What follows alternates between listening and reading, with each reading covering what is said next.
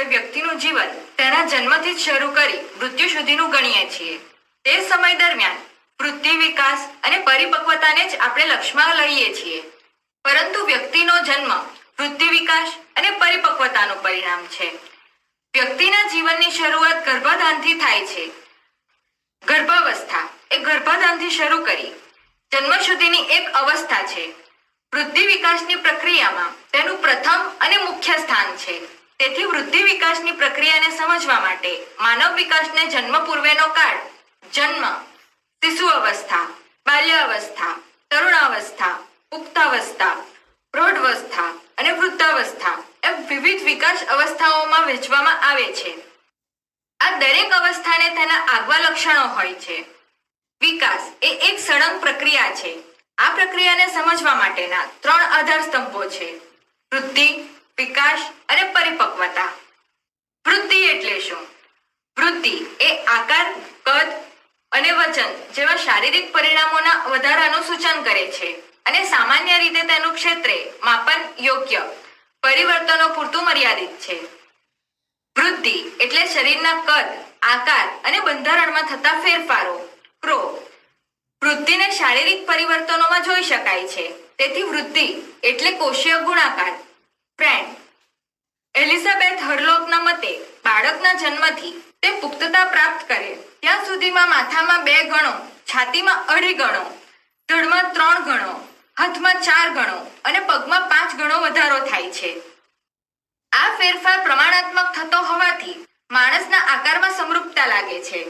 દરેક અંગ, ઉપાંગની વૃદ્ધિ તે અંગના પ્રમાણમાં થાય છે. શારીરિક બાહ્ય અવયવને આપણે માપી શકીએ છીએ. વૃદ્ધિ પ્રમાણાત્મક થતી હોવાથી ઊંચી વ્યક્તિના હાથ ટૂંકા હોતા નથી કે ટૂંકી વ્યક્તિના હાથ પગ લાંબા હોતા નથી. તેમજ હાથની વૃદ્ધિ નાક જેટલી થતી નથી અને પગની વૃદ્ધિ માથા જેટલી થતી નથી. જો આંખ કે નાકની વૃદ્ધિ પગ જેટલી હોત તો માણસ કેવો દેખાત એ કલ્પના કરવી રહી. કેટલીક વાર અંતઃસ્ત્રાવી ગ્રંથિઓના અનિયમિત સ્રાવને કારણે વિકાસમાં અવરોધો ઉપજે છે અને તેને લીધે શરીરની ઊંચાઈ, જાડાઈ, માથું નાનું મોટું હોવું વગેરે પ્રકારની વિકૃતિઓ આવે છે. આમ જોઈએ તો વૃદ્ધિ, વિકાસ અને પરિપક્વતા એકબીજા ઉપર આધારિત છે. વૃદ્ધિ વગર વિકાસ નથી, વિકાસ વગર પરિપક્વતા નથી, તેમજ પરિપક્વતા વગર વૃદ્ધિ પણ નથી. આમ વૃદ્ધિ, વિકાસ અને પરિપક્વતા ચક્રીય અને પરસ્પર અવલંબિત છે. આ ક્રિયાઓ એક પછી એક થતી નથી, પરંતુ સાથે સાથે અરસપરસના સંબંધમાં ચાલે છે. દાખલા તરીકે બાળક બેસવાની ક્રિયામાં પ્રથમ બાળક ગબડતા શીખે, પેટથી ઊંચું થતા શીખે અને પછી બેસવાની ક્રિયા કરે છે. આ દરેક ક્રિયામાં વૃદ્ધિ, વિકાસ અને પરિપક્વતા રહેલા છે. ઉંમર સાથે જેટલા પ્રમાણમાં વૃદ્ધિ થાય છે તેટલા પ્રમાણમાં વિકાસ અને પરિપક્વતા પણ થાય છે અને આ ફેરફાર બાળકની ક્રિયાઓ દ્વારા દ્રષ્ટિગોચર થાય છે. શારીરિક અંગોમાં થતી વૃદ્ધિના પ્રમાણમાં મગજની વૃદ્ધિ થાય છે, એટલે કે શારીરિક અને માનસિક વિકાસ સમાંતર ચાલે છે. ટૂંકમાં વૃદ્ધિ એ શારીરિક વિકાસને પર્યાય છે. ગર્ભાવસ્થાથી વૃદ્ધિની પ્રક્રિયા શરૂ થઈ જાય છે. વૃદ્ધિ આજીવન ચાલતી પ્રક્રિયા નથી. 18-19 વર્ષ સુધીમાં તે તેની પૂર્ણ કક્ષાએ પહોંચે છે. સામાન્ય રીતે કહેવાય છે કે 16 સાન અને 20 વાન એ ઉક્તિ અહીં સાર્થક થાય છે. વૃદ્ધિને અવયવી ફેરફારોમાં જોઈ શકાય છે. વૃદ્ધિ નરી આંખે જોઈ શકાય છે. વજન, કદ અને આકારમાં થતો ફેરફાર નોંધી શકાય છે. વૃદ્ધિ એક કુદરતી અને સહજ પ્રક્રિયા છે. મોટે ભાગે વારસા પર આધારિત છે. વૃદ્ધિનું માપન સરળ છે. વૃદ્ધિ એ વિકાસનો એક ભાગ છે. માનવ વિકાસને સમજવા માટેનું વૃદ્ધિ પછીનું બીજું સોપાન વિકાસ છે. શબ્દકોશ મુજબ વિકાસ એટલે વધવું, પરંતુ મનોવિજ્ઞાનના ક્ષેત્રમાં વિકાસ એટલે વ્યક્તિના શારીરિક વૃદ્ધિ સિવાયના અન્ય પાસાઓમાં વૃદ્ધિ અને પરિવર્તન. વ્યક્તિના શરીરનો વિકાસ થતા મગજની મદદથી તે વાતાવરણ સાથે આંતરક્રિયા કરી પરિસ્થિતિ ઉપર પકડ મેળવે અથવા પોતે તેને અનુકૂળ થાય, તે તેનો વિકાસ સૂચવે છે. ઉદાહરણ તરીકે હાથનું કદ વધતા તેના દ્વારા જરૂરી અને યોગ્ય વસ્તુ પકડવી, છોડવી વગેરે વિકાસના પરિણામો છે. આ ઉપરાંત બીજું ઉદાહરણ લઈએ તો મગજની વૃદ્ધિ થતા સ્મૃતિ, ખ્યાલ, અનુમાન, કલ્પના કે તર્ક જેવી માનસિક સ્થિતિઓ ખીલવી તે વિકાસ સૂચવે છે. એટલે એમ પણ કહી શકાય કે વિકાસ એટલે શરીરમાં થતા રાસાયણિક ફેરફારોથી વિવિધ ગુણોમાં થતો ફેરફાર. વૃદ્ધિ અને વિકાસની શરૂઆત ગર્ભાવસ્થાથી જ થાય છે, પરંતુ વૃદ્ધિ અમુક ઉંમરે અટકી જાય છે, જ્યારે વિકાસ એ નિરંતર ચાલતી પ્રક્રિયા છે. તે વૃદ્ધને અનુસરે છે. વૃદ્ધિને લીધે પ્રાપ્ત થતી ક્ષમતાઓ એ વિકાસ છે. વિકાસાત્મક મનોવૈજ્ઞાનિક એલિઝાબેથ હર્લોકે વિકાસની પરિભાષા આ રીતે આપી છે. વિકાસ એ ગુણાત્મક ફેરફાર છે, પરિપક્વતાના લક્ષ્ય તરફ લઈ જતા ક્રમબદ્ધ, સુસંતવાદી અને પ્રજ્ઞાત્મક ફેરફારો એટલે વિકાસ. સ્કિનર વિકાસની પરિભાષા આ રીતે આપે છે. વિકાસની પ્રક્રિયા ક્રમિક પણ છે અને સતત ચાલતી પ્રક્રિયા પણ છે. ક્રો અને ક્રોના મંતવ્ય પ્રમાણે સમગ્ર દેહતંત્રમાં થતો ફેરફાર એ વિકાસ છે. આમ શરીરના વિવિધ અવયવોનો સુગ્રથન દ્વારા ઉંમર વધવા સાથે થતા વર્તનના પ્રગતિશીલ ફેરફારોને વિકાસ કહેવામાં આવે છે. વિકાસની સંકલ્પના આ રીતે પણ સમજાવી શકાય કે શારીરિક વૃદ્ધિ સાથોસાથ શરીરમાં થતા જૈવ રાસાયણિક બાયોકેમિકલ ફેરફારોને લીધે વિવિધ ગુણોમાં થતો ફેરફાર એ વિકાસ છે. જેમ કે મગજની વૃદ્ધિ થતા સ્મૃતિ શક્તિ, તર્ક શક્તિ વગેરેનો વિકાસ થાય છે. આ સિવાય વિકાસને આ રીતે પણ પરિભાષિત કરી શકાય કે વિકાસ વૃદ્ધિ ઉપરાંત પરિસ્થિતિને વાતાવરણની સમગ્ર અસરનું પરિણામ છે. પરિપક્વતા એટલે શું? પરિપક્વતા એટલે જીવંત પ્રાણીના વિવિધ અંગ ઉપાંગોની સંપૂર્ણ વિકાસ સિદ્ધ કરવાની કુદરતી પ્રક્રિયા. માનવીમાં વિવિધ વય કક્ષાએ વૃદ્ધિ અને વિકાસની અમુક સરેરાશ સિદ્ધિ અપેક્ષિત બને છે અને 18 થી 21 વર્ષે વ્યક્તિ પુખ્ત થઈ શકે એમ કહીએ છીએ, કારણ કે સામાન્યતઃ આ ઉંમર બાદ હાડકાં, સ્નાયુઓ તેમજ ઊંચાઈ વગેરેમાં કોઈ ફેરફાર થતો નથી. પરિપક્વતા એ વિકાસની જ એક પ્રક્રિયા છે અને પરિપક્વતા પરિણામ સૂચવે છે. પરિપક્વતા મેચ્યોરિટી નો ખૂબ વિશાળ અર્થ એ છે કે બાળક જે ઉંમરે જે તે કાર્ય કરવા માટે શારીરિક અને માનસિક રીતે તૈયાર હોય ત્યારે તે કાર્ય કરવા માટે પરિપક્વ છે એમ કહેવાય. ગર્ભાધાનથી માનવ બાળને સમજીએ તો સ્ત્રી પુરુષના પ્રજનન કોષોના સંયોજનથી ફલિત કોષોનો ભૌમિતિક ક્રમમાં વૃદ્ધિ વિકાસ થાય છે. આ વૃદ્ધિ વિકાસના પરિણામે લગભગ 280 દિવસે બાળક જન્મ પામવા પરિપક્વ બને છે.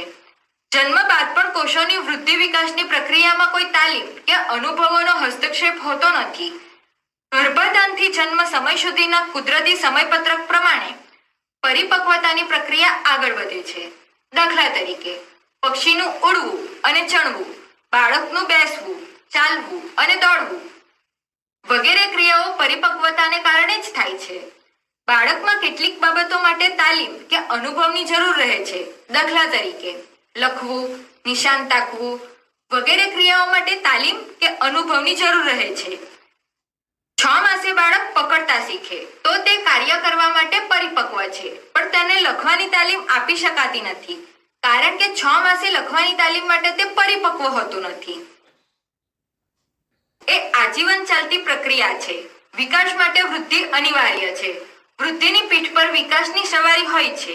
વિકાસ એ સંકુલ જટિલ બાબત છે. શારીરિક અને માનસિક ફેરફારોના સંયોજનથી વિકાસ થાય છે. વિકાસમાં સમગ્રતા છે. તે સમગ્ર પરિવર્તન સૂચવે છે. વિકાસને વર્તનના સંદર્ભમાં અનુભવી શકાય છે. વિકાસનું પ્રત્યક્ષ માપન થઈ શકતું નથી, પરોક્ષ માપન થઈ શકે છે. વારસો અને વાતાવરણ વિકાસ પર અસર કરે છે. વિકાસ એ પૂર્ણતા, પરિપક્વતા તરફની ગતિ છે. વિકાસ એ માત્ર શારીરિક ઘટના નથી, પરંતુ માનસિક વ્યાપાર પ્રક્રિયા દ્વારા ક્રિયાશીલ ઇચ્છિત વર્તન કરવાની શક્તિ છે. આ રીતે વિકાસ એ વ્યક્તિમાં થતું પરિવર્તન છે. વિકાસ એ સંકુલ બાબત છે, કારણ કે તે જીવિત શરીરમાં અમુક અંતિમ પરિસ્થિતિ પ્રતિ સતત થયા કરતું પરિવર્તન છે. વિકાસને અસર કરતા પરિબળો: માતા ગર્ભ ધારણ કરે ત્યાંથી શરૂ કરીને બાળકનો જન્મ થાય, તે મોટું જુવાન થાય, વૃદ્ધ થાય અને મૃત્યુ પામે ત્યાં સુધી વ્યક્તિનો સતત વિકાસ થતો રહે છે. આ એક સ્વાભાવિક પ્રક્રિયા છે, પરંતુ વિકાસના દરમાં કે પ્રમાણમાં વ્યક્તિએ તફાવત હોઈ શકે છે. એટલે કે બધા જુદો અને જુદો હોવા છતાં સરખો હોય છે. વિકાસમાં વ્યક્તિગત ભિન્નતા રહેલી હોય છે અને આ વ્યક્તિગત ભિન્નતાનું કારણ વારસો અને પર્યાવરણ છે. વારસો તો બાળકના ગર્ભધાન સમયે જ મળી જાય છે અને તે સમયથી જ ફલિત કોષ પર પર્યાવરણની અસર શરૂ થાય છે. વ્યક્તિના જીવનમાં જન્મથી મૃત્યુ પર્યંત પર્યાવરણની અસરો ચાલુ રહે છે. સમાજમાં આપણને કોઈ પણ બે વ્યક્તિ એક સરખી જોવા મળતી નથી. એક દર જોડિયા બાળકો પણ નહીં, તેમાં પણ ભિન્નતા હોય છે. શારીરિક રીતે સરખા દેખાતા જોડિયા બાળકોમાં પણ સ્વભાવ, વિચારણ, આવેગ વગેરે બાબતોમાં ભિન્નતા જોવા મળે છે. વ્યક્તિને વારસામાં રંગરૂપ, બાંધો, ઊંચાઈ, આંખો અને વાળનો રંગ મળે છે. વારસામાં મળેલા લક્ષણનો વિકાસ તેને મળતા પર્યાવરણ ઉપર આધારિત છે. વિકાસને અસર કરતા મુખ્ય બે પરિબળો છે. પહેલું વારસો, હેરિડિટી. બીજું પર્યાવરણ, એન્વાયરમેન્ટ. વારસો, હેરિડિટી. જૈવિક સૃષ્ટિમાં અનેકાનેક જાતિઓ છે. દરેક જાતિમાંથી તેવી જ જાતિ લગભગ તેવા જ લક્ષણો અને ગુણધર્મો સાથે જળવાઈ રહી છે. તેનું શું કારણ? આ પ્રશ્ન આપણને સ્વાભાવિક જ ઉદ્ભવે. એક પેઢીમાંથી બીજી પેઢીને મળતા જૈવિક લક્ષણો એટલે વારસો અથવા અનુવંશ. વધુ સ્પષ્ટ રીતે કહીએ તો માનવ વારસો એટલે ગર્ભાધાન સમયે માતા પિતા પાસેથી સંતાનને મળેલા 23 એમ 46 રંગસૂત્રો. રંગસૂત્રોમાં જનીન તત્વો રહેલા હોય છે. આ જનીન તત્વો જીન્સ વારસાના વાહકો છે. આ જનીન તત્વો બાળકના શારીરિક કોષના બંધારણમાં ઉતરી આવે છે. કોઈ પણ પ્રજાતિ, સ્પીસીસ, દાખલા તરીકે માનવ, પશુ, પક્ષી, વનસ્પતિ વગેરેના મૂળભૂત કોષોમાં તે જાતિના જનીન તત્વો રહેલા હોય છે. એક જ પ્રજાતિના મૂળભૂત કોષોમાં જનીન તત્વો એક સરખા હોય છે. દાખલા તરીકે માનવીના જનીન કોષોમાંથી માનવ ગર્ભ, હ્યુમન એમ્બ્રિયો રચાય ત્યારે આ ગર્ભને પર્યાવરણ મળતા તેનો વિકાસ થાય છે. જે તે પ્રકારના જનીન કોષો દ્વારા જે તે પ્રકારની પ્રજાતિ ઉદ્ભવે છે. જેમ કે માનવીમાંથી માનવી અને પ્રાણીમાંથી પ્રાણી જન્મે છે. આ નિયમ પ્રમાણે માનવીમાં ફક્ત માનવી જ પેદા થાય છે. પ્રાણી કે પક્ષી પેદા થતા નથી. વારસો અને પર્યાવરણના સંયુક્ત પ્રભાવથી ફલિત અંડકોષનો વિકાસ થાય છે. તેથી સરખું સરખાને જન્મ આપે છે એમ નહીં, પરંતુ લગભગ સરખાને જન્મ આપે છે. Likes tends to beget almost like. માનવી માનવ બાળને જન્મ આપે છે તે ખરું, પણ બાળકના જન્મદાતા માતા પિતા જેવું પૂરેપૂરું નહીં, પરંતુ ઘણે અંશે સરખું હોય છે. કોઈ પણ બે વ્યક્તિને મળતું પર્યાવરણ એક સરખું હોતું નથી, તેથી વ્યક્તિગત ભિન્નતા રહે છે. દાખલા તરીકે એક જ માતા પિતાના 5 સંતાનો હોય તો તે 5 સરખા હોતા નથી. તેનું કારણ શું? જનીન તત્વોનું પ્રસારણ, ટ્રાન્સમિશન બહુ જ અટપટું છે. જનીન તત્વોના સંયોજન અત્યંત વિપુલ માત્રામાં થાય છે. એક અંદાજ પ્રમાણે આ સંયોજનો લાખોની ગણતરીમાં હોય છે. 23 રંગસૂત્રો સંયોજાતા 2 ગુણાંક બને અને દરેક રંગસૂત્રોમાં 3000 થી વધુ જનીન તત્વો રહેલા હોય છે. આમ માતા પિતા પાસેથી મળેલા જનીન તત્વોનું સંયોજન કઈ રીતે થશે તે નક્કી નથી. આથી એક જ માતા પિતાના સંતાનોમાં વર્તન તથા લક્ષણોમાં વિવિધતા જોવા મળે છે. આવા બધા જ સંયોજનો એક સાથે એક વ્યક્તિમાં આવિષ્કાર પામતા જોવા મળતા નથી. બધા જ ગુણધર્મો અને લક્ષણોને મુખ્યત્વે 2 વિભાગમાં વહેંચી શકાય. અપ્રગટ અથવા પ્રચ્છન્ન વારસો, જીનોટાઇપ. જનીન તત્વોના સંયોજનમાં જે ગુણધર્મો અને લક્ષણો હોય છે તે બાળકના આંતરિક બંધારણમાં હોય, પરંતુ તે તમામ વારસામાં પ્રગટ થતા નથી. તેવા વારસાને અપ્રગટ અથવા પ્રચ્છન્ન વારસો કહેવાય. બી. પ્રગટ અથવા પ્રભાવી વારસો, ફિનોટાઇપ. વ્યક્તિમાં દેખાતા પ્રગટ લક્ષણો અથવા ગુણધર્મો તે પ્રગટ અથવા પ્રભાવી વારસો કહેવાય છે. દાખલા તરીકે ઊંચાઈ, વજન, આંખનો રંગ, વાળ ચામડીનો રંગ, શરીરનો બાંધો વગેરે. અપ્રગટ રહેલા લક્ષણો બીજી ત્રીજી પેઢીમાં પ્રગટ પણ થઈ શકે.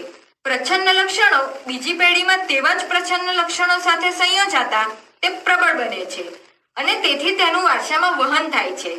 આમ વ્યક્તિના વિકાસની કેડી જનીન તત્વોએ પહેલેથી જ કંડારેલી હોય છે.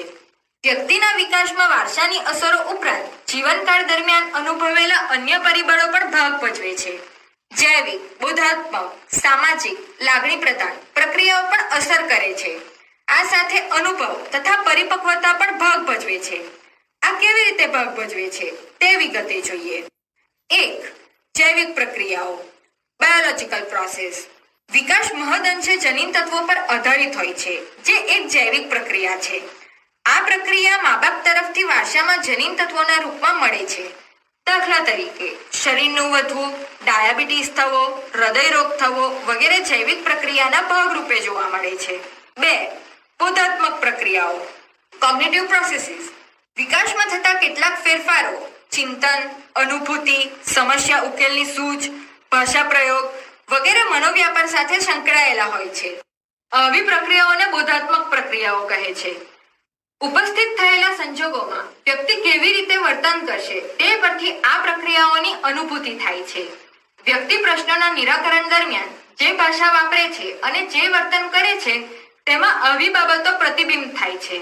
દાખલા તરીકે રસ્તામાં વાહન અથડાય તો શાંત મનવાળી સ્વસ્થ વ્યક્તિ માફી માંગશે, જ્યારે ઉગ્ર સ્વભાવવાળી વ્યક્તિ આંધળો છે, જોતો નથી એમ બોલશે. આમ એક જ પ્રકારના સંજોગોમાં જુદી જુદી વ્યક્તિ તેના બોધાત્મક વિકાસ પ્રમાણે ભાષા વાપરશે. તે જ પ્રમાણે એક જ પ્રશ્નપત્રના ઉત્તરો દરેક વિદ્યાર્થીના સરખા હોતા નથી. આમ બોધાત્મક વિકાસ પ્રમાણે વ્યક્તિ ક્રિયા કરે છે. 3. સામાજિક આવેગિક પ્રક્રિયાઓ, સોશિયો ઇમોશનલ પ્રોસેસીસ. વ્યક્તિના વિકાસમાં સામાજિક વાતાવરણ પણ ભાગ ભજવે છે. એક જ માતા પિતાના 2 બાળકોનો જુદા જુદા વાતાવરણમાં ઉછેર થાય તો બંનેમાં તે પ્રકારના જુદા ગુણ લક્ષણો જોવા મળે છે. ઘરમાં ઉછેર પામેલું બાળક અને કોઈ સંસ્થામાં ઉછેર પામેલું બાળક બંનેનું વર્તન અલગ અલગ હોય છે. 2 જોડિયા બાળકોમાંથી એકનો ઉછેર હિન્દુસ્તાનમાં થયો અને બીજાનો ઉછેર અમેરિકામાં થયો હોય તો જેમ વારસો સરખો હોવા છતાં સામાજિક આવેગિક અસરો જુદી જુદી પડે છે. જો માતા પિતા પોતાના બાળકોના ઉછેરમાં લાગણીમાં ભેદભાવ રાખે તો તેનો પ્રભાવ બાળકના વ્યક્તિત્વ વિકાસ ઉપર પડે છે. આમ બાળકના વિકાસમાં સામાજિક આવેગિક પ્રક્રિયાઓ ખૂબ મહત્વનો ભાગ ભજવે છે. 2. પર્યાવરણ, એન્વાયરમેન્ટ.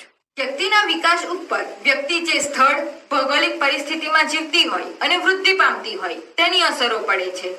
આ પ્રકારની અસરને પર્યાવરણની અસર કે પારિસ્થિતિક અસર કહેવાય છે.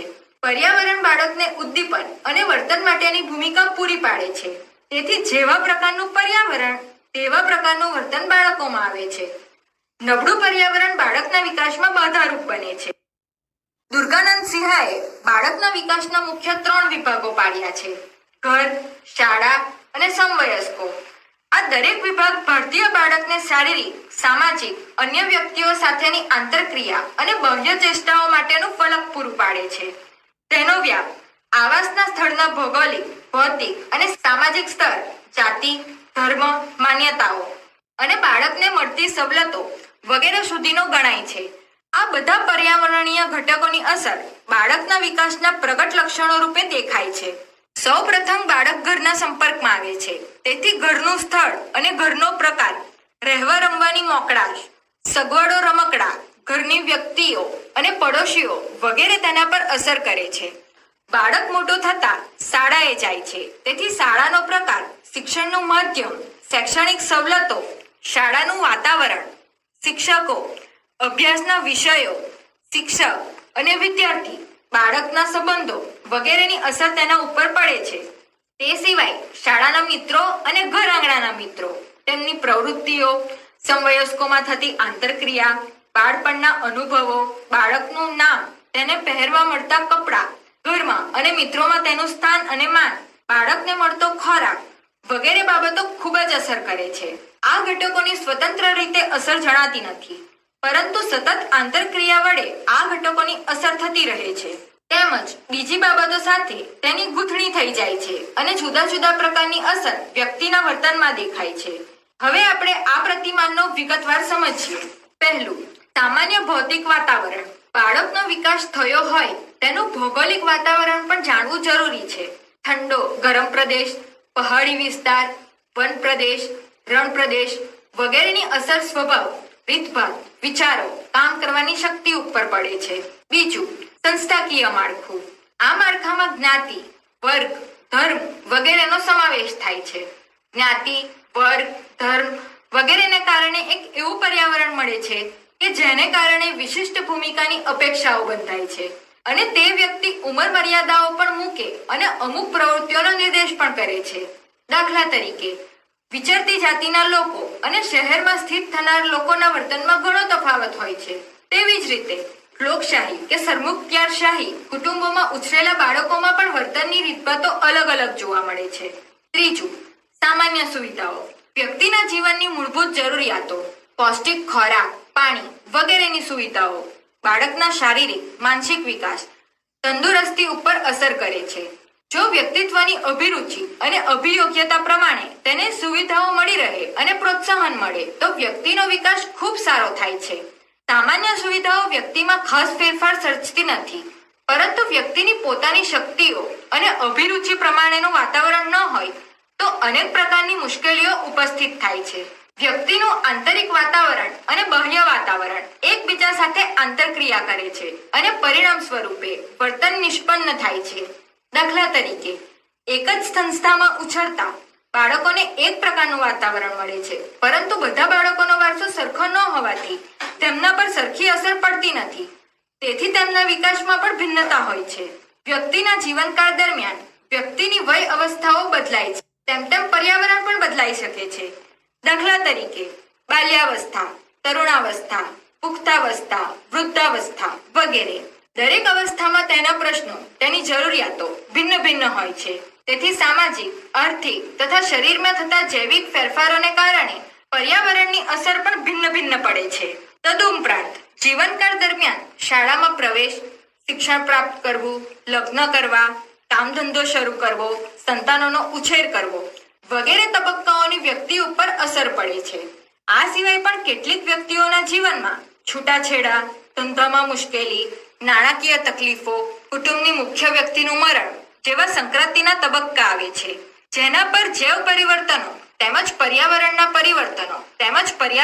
પરિવર્તનોની સંયુક્ત અસર થાય છે. વિકાસ શૂન્યાવસ્થામાં થતો નથી, તે હંમેશા વિશિષ્ટ સામાજિક સાંસ્કૃતિક સંદર્ભમાં જ ઘડાયેલો હોય છે.